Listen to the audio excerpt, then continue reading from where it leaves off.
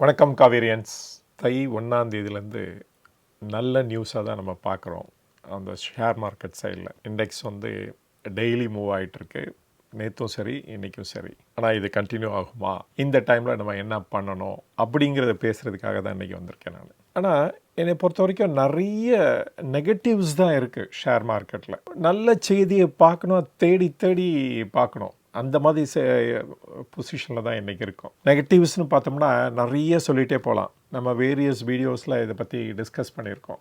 FIIs selling, the dollar index moving up to 109, foreign exchange down, அந்த reserves from 705 around $630 billion ஆகிடுது. நம்ம ரூபா decline ஆகிட்டே போயிட்டுருக்கு. நவ் 86.5. தென் 10-year ட்ரெஷரி ஈல்டு யூஎஸில் 4.68. அப்புறம் ட்ரம்ப் வேறு சொல்லிகிட்டு இருக்காரு, நியூ டேரிஃப் இம்போஸ் பண்ண போகிறேன் அப்படின்ட்டு பதவிக்கு வந்தோன்னே. ஸோ அது எப்படி இருக்க போகுதுன்னு தெரியல.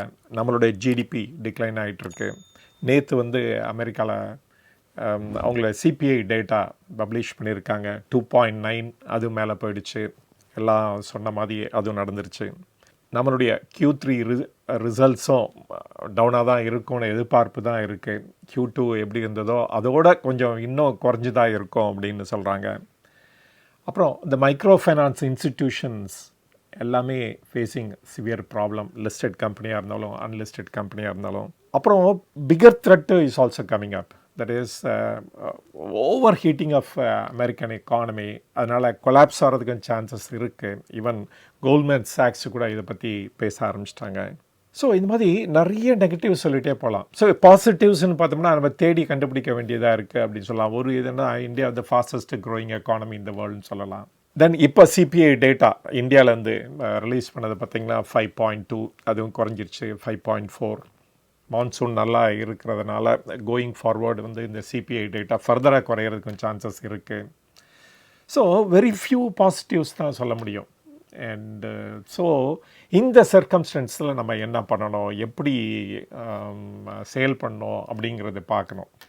இது ரொம்ப இம்பார்ட்டன்ட். இதுதான் நமக்கு பர்ஹாப்ஸ் த கோல்டன் டைம் அப்படின்னு சொல்லலாம். இந்த இன்வெஸ்டிங் ஜேர்னிலேயே த மோஸ்ட் இம்பார்ட்டன்ட் டைம் இது தான். நான் ஏற்கனவே இன்னொரு வீடியோவில் கூட சொன்னேன், எவ்ரி 2 years ஒரு தடவை ஒரு 10% கரெக்ட் ஆகுது. அண்ட் எவ்ரி 4 years 5 yearsல பார்த்தீங்கன்னா ஒரு மேஜர் கரெக்ஷன் லைக் 30 to 50% வரைக்கும் கரெக்ட் ஆகுது. இதுதான் இந்த இந்தியன் ஷேர் மார்க்கெட்டோட ஹிஸ்ட்ரி அப்படின்ட்டு. இதே மாதிரி அமெரிக்கன் ஷேர் மார்க்கெட்டை எடுத்தாலும் இதே மாதிரி தான் இருக்குது. இந்த ரே டேலியோ இதை பற்றி 1996 இதை பற்றி சொல்லிட்டாரு. அண்டு அதுக்கப்புறமேலே நிறைய அனலிஸ்ட் இன் இந்தியா இதை பற்றி பேசினாங்க. அதனால் ஃபேக்ட் இஸ் ஃபேக்ட். அதனால் யார் சொன்னாலும் இதுதான் உண்மை, இது யாரும் மாற்றி அமைக்க முடியாது ஆக்சுவலாக. ஸோ இதனால் இந்த கரெக்ஷன் அந்த இதில் தான் பார்க்குறோம் நம்ம. ஸோ 2 வருஷத்துக்கு முன்னாடி எப்படி இருந்தது ஷேர் மார்க்கெட், இன்றைக்கி குறைய ஆரம்பிச்சிருச்சு. அண்டு ஒரு 4 years பேக்கு பேண்டமிக் பார்த்தோம். அதனால் ஒரு டைம் வருது, ஒரு பெரிய பேண்டமிக் மாதிரி ஒரு சிச்சுவேஷன் வர்றதுக்கும் சான்சஸ் இருக்குது. அதனால தான் அந்த யூஎஸ் மார்க்கெட்டை பற்றி நம்ம சொன்னோம். அண்டு யூஎஸ் மார்க்கெட்டில் ஒரு பபுள் அங்கே உருவாயிட்டிருக்கு அப்படின்னு சொன்னோம். தெர் இஸ் எக்ஸப்ட் அந்த மேக்னிஃபிஷன்ட் 7 சொல்லுவாங்க, அதை தவிர மித்த கம்பெனிஸ்லாம் ஓட பர்ஃபார்மன்ஸ் இந்த ஷேர் மார்க்கெட் பார்த்திங்கன்னா அந்த லெவலுக்கு உற்சாகம் கொடுக்குற மாதிரி இல்லை ஆக்சுவலாக ப்ரைஸஸில். தென் அவங்க பர்ஃபார்மன்ஸும் ஒரு பெரிய கொஸ்டினாக தான் இருக்குது அப்படின்னு சொல்லணும். And budget deficit and that is ஹியூஜாக இருக்குது, அபவுட் 6% மேலே போயிடுச்சு. ஸோ இதெல்லாம் நான் யூஎஸ் மார்க்கெட் பற்றி பேசுகிறேன். ஆனால் இன்ஃப்ளேஷன் திருப்பி ஷூட் ஆக ஆரம்பிச்சிருச்சு. ஸோ இதனால் ஒரு பபுள் க்ரியேட் ஆகிட்டுருக்கு. அது என்றைக்கு வேணால் எக்ஸ்ப்ளோர்ட் ஆகலாம். அந்த ட்ரிகரிங் பாயிண்ட் மேபி அந்த ட்ரம்ப்போட இந்த அனௌன்ஸ்மெண்ட் இருக்குது பாருங்கள், இந்த டேரிஃப் ஹைக்கு, அது மேபி ட்ரிகரிங் பாயிண்ட்டாக கூட அமையலாம். பார்ப்போம், அது இன்னொரு 1 weekல அது தெரிஞ்சு போயிடும். அதனால் நம்ம இந்த டைமில் என்ன பண்ணுறது, அதுதான் ரொம்ப முக்கியமானது. கியூ லீ அப்படின்ட்டு ஒரு பிரசிடெண்ட் ஆஃப் மைக்ரோசாஃப்ட் இ-காமர்ஸ், அவர் ஒரு சொல்லியிருக்காரு. அது பெரிய இன்ஸ்பிரேஷனாக இருக்கும் அப்படின்னு நினைக்கிறேன் நம்மளை மாதிரி இன்வெஸ்டர்ஸ் இன் ஷேர் மார்க்கெட்டில். அவர் என்ன சொன்னார்னா, you have to prepare for the opportunity அப்படின்னு சொன்னார். அப்படின்னா நம்ம கான்ஸ்டண்ட்டாக ப்ரிப்பேர் பண்ணிகிட்டே இருக்கணும். அப்போ தான் ஒரு ஆப்பர்ச்சுனிட்டி வரும்போது அதை பிடிச்சி நம்மளுடைய முன்னேற்றத்துக்கு ஒர்க் அவுட் பண்ண முடியும். There is you can engineer your success அப்படின்னு எடுத்துக்கலாம். இப்போ ப்ரிப்பரேஷனே பண்ணாமல் இருந்தோம்னு வச்சுக்கோங்களேன், இந்த ஆப்பர்ச்சுனிட்டி வரும்போது என்ன ஆகும், அப்படி ஒரு வந்திருக்குன்னே கூட நமக்கு தெரியாது, அப்படியே மிஸ் பண்ணி போயிடும். இப்போ பஸ் ஸ்டாண்டில் வெயிட் பண்ணிகிட்டு இருக்கீங்க, பஸ்ஸுக்காக வெயிட் பண்ணிகிட்டே இருக்கீங்க, ஆனால் பஸ் இது வந்து தானே ஆகணும். நீங்கள் கரெக்டாக ப்ரிப்பேர் பண்ணிட்டீங்கன்னா எங்கே போய் நிற்கணும், எந்த பஸ்ஸுக்காக நிற்கணும், அண்டு அது எந்த டைமில் வரும் அப்படின்னு உங்களுக்கு முன்னாடியே தெரிஞ்சிருந்துச்சுன்னா அது ஈஸியாக அந்த ஆப்பர்ச்சுனிட்டி தெர் இஸ் உங்களுக்கு நீங்கள் எந்த டெஸ்டினேஷனுக்கு போகணுமோ, எங்கே போய் சேரணும்னு நினைக்கிறீங்களோ அது போய் சேர முடியும். அதான் இன்ஜினியரிங் யுவர் சக்ஸஸ் அப்படின்னு சொல்கிறார் அவர். ஸோ இந்த டைமில் நம்ம எப்படி ப்ரிப்பேர் பண்ணி ஆகணும், எந்த மாதிரி ஒரு ஆப்பர்ச்சுனிட்டி வரும், அதை எப்படி நம்ம தக்க வச்சுக்க முடியும் அப்படிங்கிறது தான் பார்க்கணும். இப்போ this are right time to ரீபேலன்ஸா, இல்லை அந்த டைம் பாஸ் ஆகிடுதுன்னு நான் ஃபீல் பண்ணுறேன். நியர்லி அபவுட் 12-14% குறைஞ்சிருச்சு. அதனால் மோஸ்ட் ஆஃப் த ஸ்டாக்ஸ் நீங்கள் வச்சுருக்கதெல்லாம் ரெட்டில் இருக்குது, சான்சஸ் இருக்குது. இந்த டைமில் போய் ரீபேலன்ஸோ இல்லாட்டா நீங்கள் செல் பண்ண ஆரம்பிச்சிங்கன்னா இன்னும் லாஸ் தான் வரும். அதனால் வெயிட் பண்ணலாம். There is one possibility. And அதோட இன்னொன்று என்ன அப்படின்னா த ப்ரிப்பரேஷன். ஸோ எந்தெந்த ஷேரு ரொம்ப நல்லா இருக்குது, எந்தெந்த ஷேரில் நம்ம இப்போ நல்லா ஸ்டடி பண்ணி வச்சுக்கிட்டோம்னா ஒரு ஆப்பர்ச்சுனிட்டி வரும்போது அதை வாங்கலாம் அப்படின்னு நமக்கு ஒரு ஐடியா கிடைக்கும். ஸோ அது ரொம்ப இம்பார்ட்டன்ட் அப்படின்னு நினைக்கிறேன். ஷேர் வாங்குகிறோமோ இல்லையோ, அதை விற்கிறோமோ இல்லையோ, ஒன் திங் எப்பொழுதுமே பண்ணிகிட்டு இருக்கணும், தட் இஸ் படிச்சுட்டே இருக்கணும், தெரிஞ்சுக்கிட்டே இருக்கணும். வேர்ல்டு சிச்சுவேஷனாக இருந்தாலும் சரி, இந்தியன் சிச்சுவேஷனாக இருந்தாலும் சரி, இல்லை கம்பெனியோட பர்ஃபார்மன்ஸாக இருக்கட்டும், இல்லாட்டா ஷேர் மார்க்கெட்டில் அந்த கம்பெனியோட ரேட் எப்படி கோட் ஆகிட்டுருக்கு அப்படிங்கிறத என்றைக்குமே ஸ்டாப் பண்ணிடக்கூடாது. அதை எப்பொழுதும் தெரிஞ்சு வச்சுக்கிட்டே இருக்கணும். இதுதான் இது நமக்கு ஒரு ப்ரிப்பரேஷன் டைம். இந்த டைமில் தான் நம்ம நிறைய டைம் ஸ்பெண்ட் பண்ணோம் இன்னும் தெரிஞ்சுக்கிறதுக்காக. என்னென்ன மிஸ்டேக் பண்ணோம், அதை மிஸ்டேக்கெல்லாம் எப்படி கரெக்ட் பண்ணோம் அப்படின்னும் இந்த டைமில் தான் நம்ம பார்க்கணும். ஏன்னா மிஸ்டேக்குங்கிறது அது பண்ணிக்கிட்டே இருப்போம். அது இந்த சிச்சுவேஷனில் இப்படி பண்ணோம் அப்படின்னு ப்ரிப்பேர் பண்ணி வச்சுருந்தா கூட ஸ்டில் நம்ம வேற ஒரு மிஸ்டேக் பண்ணுவோம். ஏன்னா ஒவ்வொரு சிச்சுவேஷனும் டிஃப்ரெண்ட்டாக தான் இருக்க போகுது. அதனால் அந்த இதுக்கு தகுந்தாப்பில் நம்மளுடைய ரெஸ்பான்ஸும் மாற்றிக்கிட்டே தான் இருக்கணும். அதனால் மிஸ்டேக்ஸ் காமன், அதை பற்றி ஒரி பண்ண வேண்டிய அவசியமே இல்லை. சரி, ப்ரிப்ரேஷன். நான் இப்போ ஒரு ரீசெண்ட் டைமில் ஏன்னா 2 கம்பெனியோட ரிசல்ட்ஸ் அனலைஸ் பண்ணிகிட்டு இருந்தேன் நான். அண்டு எனக்கு தோணுது அது, ஸோ இதை ரைட் டைம் இந்த கம்பெனி பற்றி நம்ம ஸ்டடி பண்ணி வச்சுக்கிறது பெட்டர் அப்படின்னு நினச்சேன் நான். ஒன்று இந்த செரா சானிட்டரிவேர் அப்படின்னு, இது வரைக்கும் நம்ம இந்த கம்பெனி பற்றி டீல் பண்ணவே இல்லை ஆக்சுவலாக. அண்ட் பார்த்திங்கன்னா இது ஒரு 10,500 அந்த மாதிரி போயிட்டு இருந்த ஷேரு இன்றைக்கி அபவுட் 6,600 அந்த மாதிரி கோட் ஆகிட்டுருக்கு.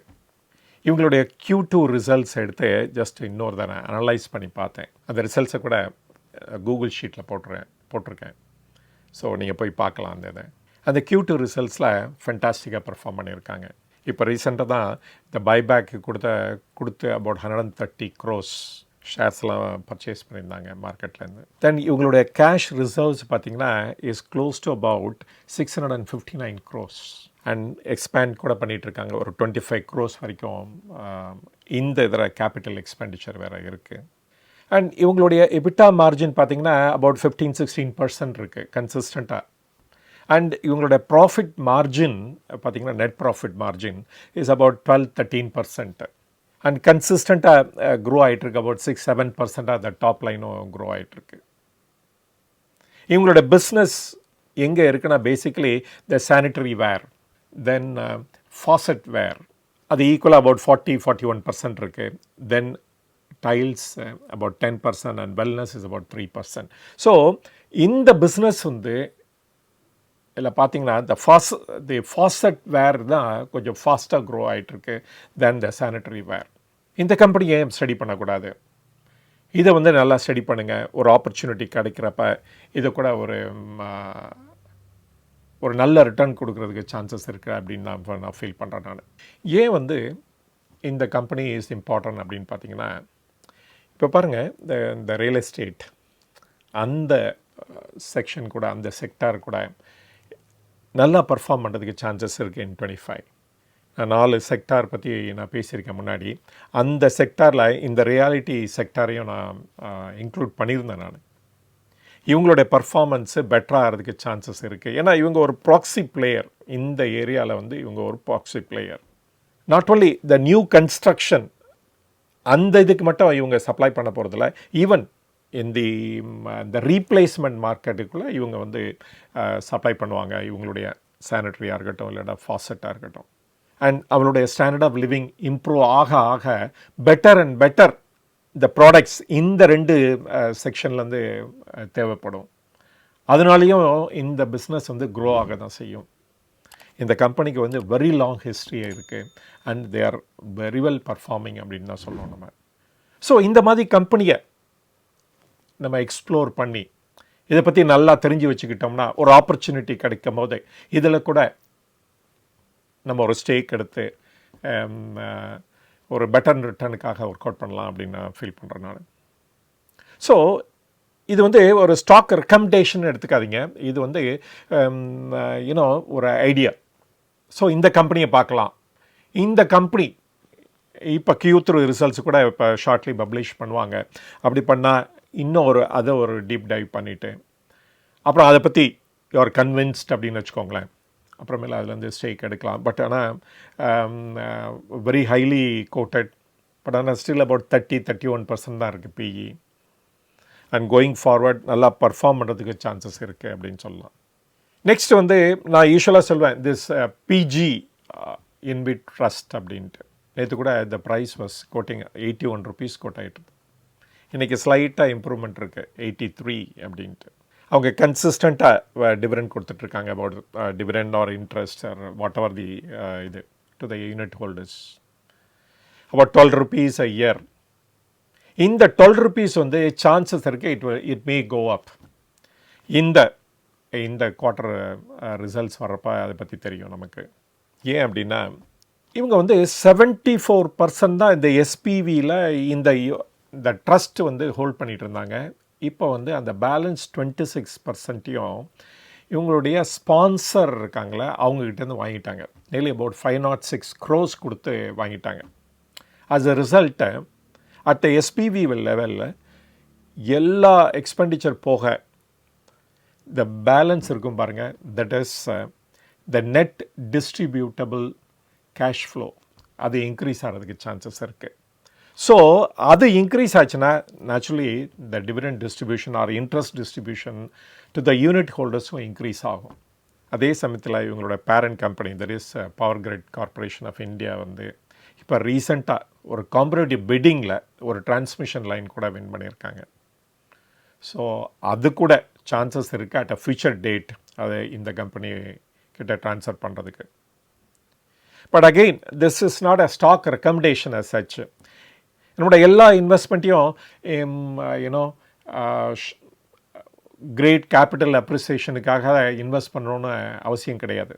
சம்டைம்ஸ் ஒரு ரெகுலர் இன்ட்ரெஸ்ட் பேரிங் இல்லாட்டா இன்ட்ரெஸ்ட் கிவிங் டிவிடெண்ட் கிவிங் அந்த மாதிரி ஷேர்ஸும் நம்ம பார்க்கலாம். ஒரு ஸ்மால் பர்சன்டேஜ் அதில் இன்வெஸ்ட் பண்ணி வச்சுக்கலாம். ஸோ அந்த ஐடியாவில் சொல்கிறேன். தோ இது வந்து டிசப்பாயிண்டிங் ரிசல்ட்ஸ் தான் இது வரைக்கும் கொடுத்துருக்கு. And no new projects are added. Nearly about 3.5 yearsஸாக வந்து அதாவது ஷேர் மார்க்கெட்லேருந்து அந்த கேபிட்டல் அப்ரிசியேஷன் கிடைக்கவே இல்லை இந்த ஷேர்லேருந்து. அண்ட் இதுதான் லோவஸ்ட் பாயிண்ட்டாக அப்படின்னு கூட நம்மளால் கரெக்டாக சொல்ல முடியாது. அந்த மாதிரி நிலைமையில் தான் இருக்கும். இவங்களோட நெட் அசெட் வேல்யூ பார்த்திங்கன்னா குறைஞ்சிக்கிட்டே போயிட்டுருக்கு because of the impairment of asset அப்படின்னு சொல்லணும். ஸோ இதெல்லாம் ரிஸ்க் ஃபேக்டர்ஸ் தான். பட் இந்த ரிஸ்க் ஃபேக்டர்ஸ் உங்களுக்கு போதுமா? இதை வந்து இந்த ஷேரு ஓவர் கம் பண்ணி வருமா அப்படின்னு நீங்கள் நினச்சிங்கன்னா தென் இந்த இதை வந்து ஒரு டீப் ஸ்டடி பண்ணி அதை வந்து ஃபியூச்சர் ப்ராமிஸ் இருந்துச்சுன்னா நீங்கள் வாங்கலாம். இது மாதிரி நிறைய ஷேர் இருக்கும் மார்க்கெட்டில். ஸோ இதெல்லாம் ஸ்டடி பண்ணி தயாராக இருந்தோம் அப்படின்னா ஒரு சந்தர்ப்பம் கிடைக்கும்போது அதில் இன்வெஸ்ட் பண்ணோம் அப்படின்னா நம்ம முன்னாடி கிடைச்ச ரிட்டர்னோட பெட்டராக கிடைக்கிறதுக்கு அது ரொம்ப யூஸ்ஃபுல்லாக இருக்கும் அப்படின்னு நான் ஃபீல் பண்ணுறேன். With this, I come to the end of the video அப்படின்னு சொல்லணும். இப்போ நிறைய கம்பெனி வந்து ரிசல்ட்ஸ் பப்ளிஷ் பண்ணிகிட்ருக்காங்க. நேற்று பார்த்தீங்கன்னா பேங்க் ஆஃப் மகாராஷ்டிரா வந்து ரிசல்ட்ஸ் பப்ளிஷ் பண்ணியிருக்காங்க. வெரி ஸ்மால் பேங்க் தான் அது. ப்ராம்ப்ட் கரெக்டிவ் ஆக்ஷன்லேருந்து வெளியே வந்த பேங்க்கு. இதோட பர்ஃபார்மன்ஸ் எப்படி இருக்குங்கிறத நாளைக்கு வீடியோவில் போடலாம். அதோடு சேர்த்து வேறு ஏதாவது ஒரு கம்பெனி ரிசல்ட்ஸ் இருந்தாலும் அதோடு சேர்த்து நாளைக்கு அதை பற்றி ஸ்டடி பண்ணலாம். With this, I come to the end of this video. Thanks for your time.